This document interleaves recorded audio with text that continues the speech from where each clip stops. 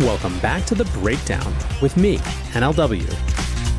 It's a daily podcast on macro, Bitcoin, and the big picture power shifts remaking our world. The Breakdown is sponsored by Nexo.io, Near, and FTX, and produced and distributed by CoinDesk. What's going on, guys? It is Sunday, May 29th, and that means it's time for Long Reads Sunday. Before we get into that, however, if you are enjoying The Breakdown, please go subscribe to it, give it a rating, give it a review, or if you want to dig deeper into the conversation, come join us on the Breakers Discord. You can find a link in the show notes or go to bit.ly/breakdownpod. Also, a disclosure as always, in addition to them being a sponsor of the show, I also work with FTX. And finally, one more little note. Tomorrow being Memorial Day, I will not have a show coming out. I hope you guys are having a great celebratory beginning of summer weekend.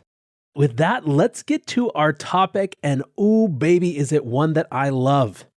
Daniel Kuhn wrote a piece on CoinDesk this week called Bitcoin is Apolitical, but won't be much longer.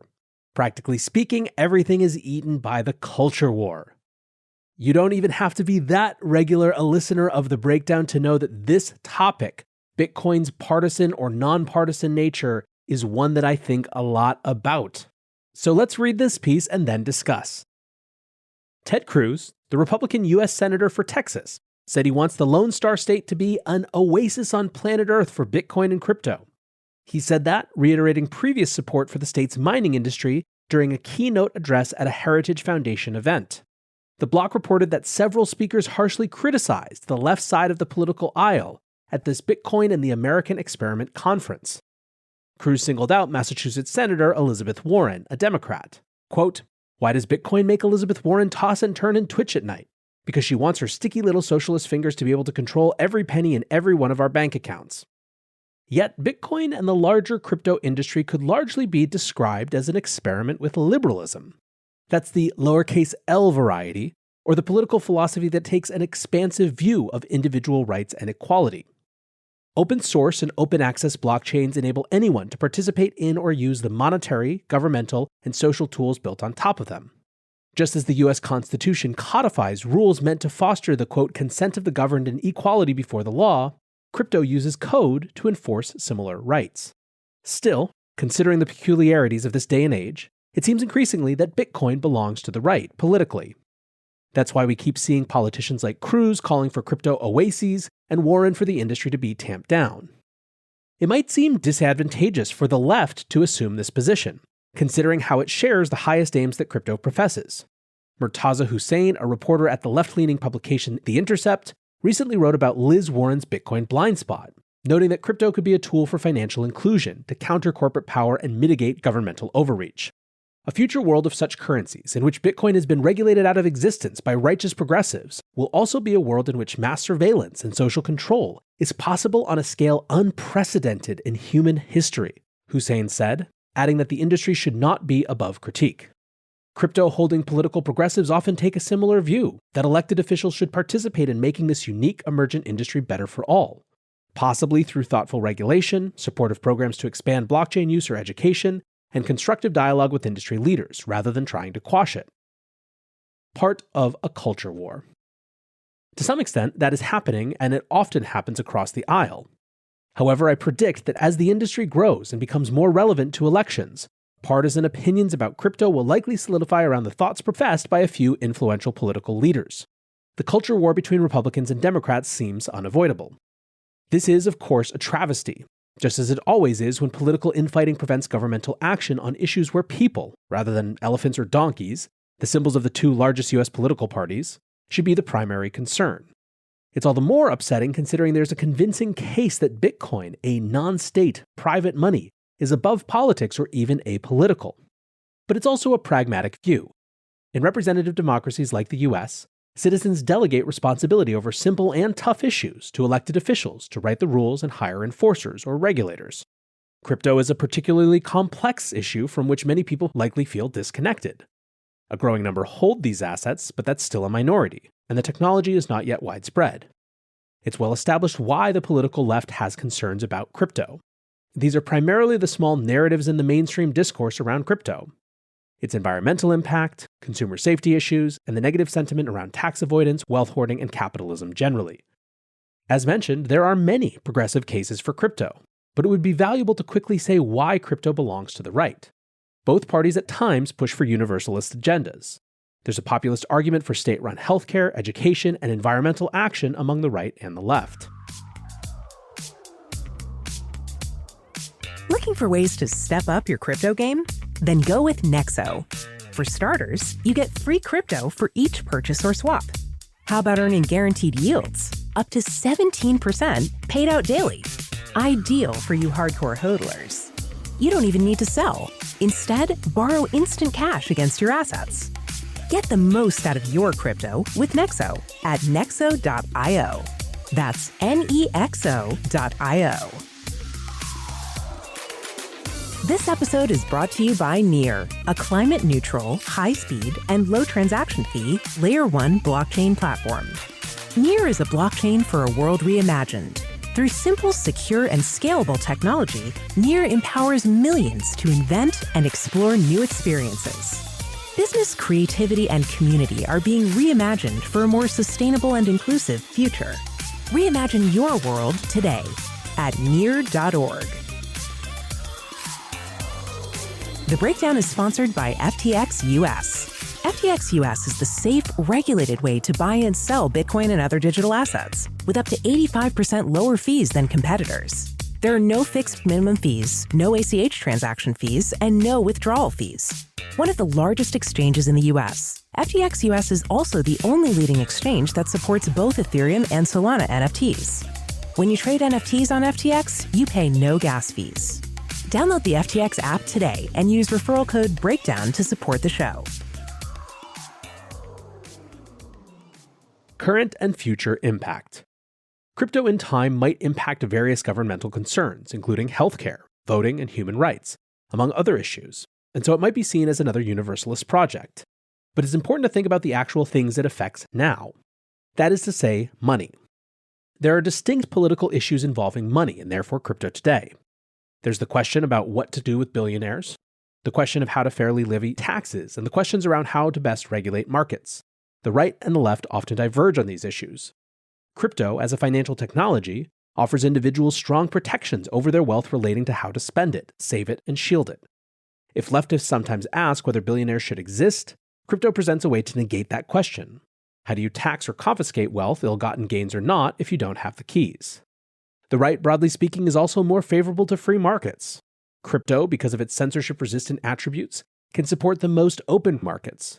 All participants can engage in economic activity as they see fit. This can range from capital formation to building markets around social media.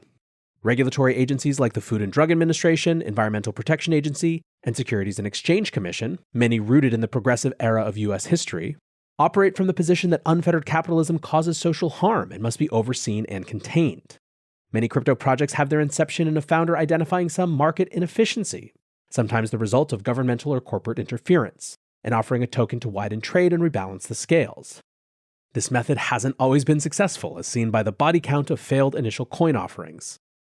Crypto, like politics itself, is often future-oriented in that it presents a way to reach a radically different potential world. The solution crypto offers is to expand individual authority over their economic activity, sometimes called sovereignty in the industry, hoping that the right combination of tools, money, and people can collectively act for the better by doing right for themselves. Progressives take a different approach. They may be concerned with fostering and maintaining individual rights, but the solutions they offer are through a stronger, more sovereign state. This is seen by observing the mandates on offer, like enabling a well-endowed state to be the single competitor in the healthcare industry, or enforcing rules that might make firms less competitive to support what's called environmental or social justice. This distinction is often why observers call crypto libertarian. None of this is to say that crypto cannot be put to use for even socialist aims, to use Cruz's bugbear, or that crypto cannot or will not be reincorporated into the state as we've seen. Crypto has become a source of tax revenue and is not always as non-confiscatable as sometimes claimed. That reality presents a tough question for the industry. What, then, is this all for? Last week, Bitcoin philosopher, erudite author, and associate professor at Yale and US College, Andrew M. Bailey, wrote a Twitter thread outlining how the common belief that Bitcoin, quote, was born from right-wing or libertarian conspiracy theories is incorrect. Bailey, though ideological, is genuinely interested in ideas, loves debates, and his research and book project Resistance Money, with a number of similarly honest, self-declared progressive Bitcoiners, is informative. Indeed, cryptocurrency shares a history and agenda with the radical, pro-privacy, and civil rights cryptographers called the cypherpunks. These men and women non-conforming coders were staunchly anti-authoritarian and opposed institutional overreach, corporate and state alike, by promoting the use of open source and open access technologies, Bailey argued. No disagreement there. However, although cypherpunks and crypto offer apolitical solutions to state or corporate supremacy in digital realms, politicians are increasingly interested in crypto. Lines will be drawn even if they shouldn't be. And as a simple fact, it's clear how partisans, informed or ignorant of crypto's history, will see crypto as fitting into their agenda or not. Crypto and progressives share many aims, but they differ radically in how to get there. It's fair to say that the industry, which is increasingly politically engaged, may be bringing this on itself. To give Bailey the last word, perhaps crypto should be a little less pragmatic and return to its intellectual roots. Said Bailey, digital authoritarianism, the use of computers to surveil and control, is on the rise. You needn't be on the right or left to see it. First of all, thanks to Daniel for a great piece and to Andrew, a former guest of this show, for prompting it with his Twitter thread. I think the thing that I want to follow up on is less about the progressive or left arguments for Bitcoin versus the right, libertarian, conservative arguments for Bitcoin, but instead what I've observed from watching the industry, and in particular watching just about every major crypto hearing for the last 4 years or so. Daniel rightly recognizes the intense, gnawing pressure, the all-consuming maw of American political partisanship. It is the dominant force that has shaped discourse in Washington, at least, for a good long time at this point. There is a caricature of Bitcoin on both sides. On the right, Bitcoin is the ultimate small government force. On the left, Bitcoin as boiling the oceans, an environmental disaster that is likely just a new tool of Wall Street anyway. Now, clearly, when presented like that, it's not hard to tell which perspective on Bitcoin most Bitcoiners would more naturally align with. But my observation is that when it actually comes down to it, the culture warriors who are starting to glom on to Bitcoin and put it into their culture war quivers represent a very small part of the political engagement with Bitcoin and the crypto industry as a whole. Watching hearings in both the Senate and Congress, one of the gaps that becomes most immediately clear is not so much right or left, Democrat or Republican, but age.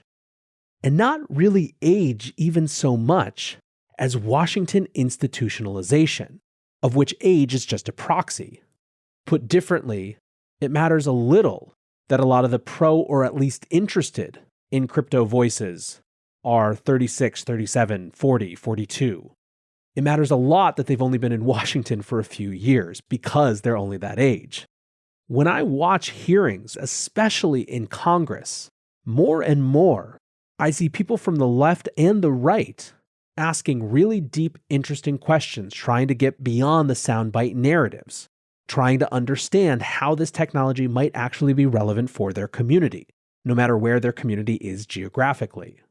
I think it is absolutely correct that there may be more native alignment between Bitcoin's mechanism of change as a non-sovereign technology versus, for example, a government program and certain political philosophies.